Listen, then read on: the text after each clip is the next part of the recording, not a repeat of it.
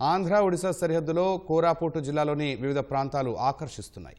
దేవమాలి, తలమాలి, కోరాపుట్, డుడుమ జలపాతం వద్ద cinema shootings జరుగుతుండటంతో స్థానికులు ఆనందం వ్యక్తం చేస్తున్నారు. ప్రస్తుతం కోరాపుట్ జగన్నాథ్ గుడి సమీపంలో కామ్రేడ్ కళ్యాణ్ అనే సినిమాలోని పలు సన్నివేశాలు చిత్ర బృందం చిత్రీకరిస్తోంది.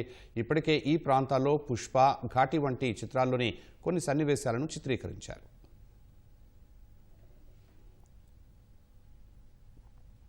Comrade Kalyan movie shooting song కని వచ్చాము. బ్యూటిఫుల్ లొకేషన్స్, అందంగా ఉన్నాయి. చాలా చాలా హ్యాపీగా అనిపించింది.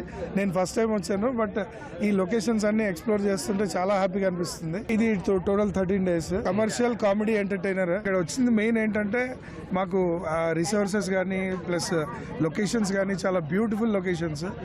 లోకల్ పీపుల్ బాగా సపోర్ట్ చేస్తున్నారు. గుడి బాగుంది. జై జగన్నాథ్. మనం చుట్టూ సిమ్లీ కూడా చుట్టూ చేస్తున్నాం. పంజాబ్ కెనాల్ చేస్తున్నాం అండ్ చాందిలీకి వెళ్తున్నాం.